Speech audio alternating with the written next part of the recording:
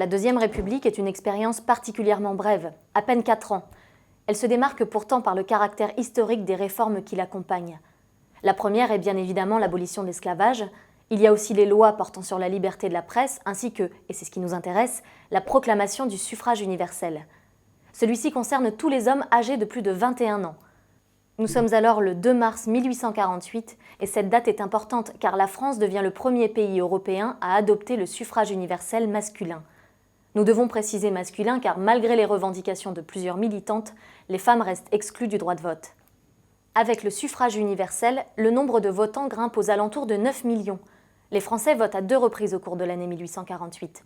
La première fois en avril pour les élections législatives et la seconde le 10 décembre 1848 pour les élections présidentielles.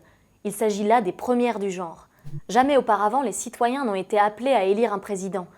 De plus, le régime garantit la liberté des débats et de l'information politique. Les candidats peuvent donc imprimer des affiches et des tracts pour expliquer leurs propositions aux électeurs et tenter de les convaincre. On parle désormais de campagne électorale. C'est dans ce contexte que Louis-Napoléon Bonaparte, neveu de Napoléon Ier, est élu. Il est élu démocratiquement et à plus de 74% des voix. La renommée de sa famille bénéficie évidemment à son élection, mais il faut reconnaître que Louis-Napoléon Bonaparte mène une campagne efficace.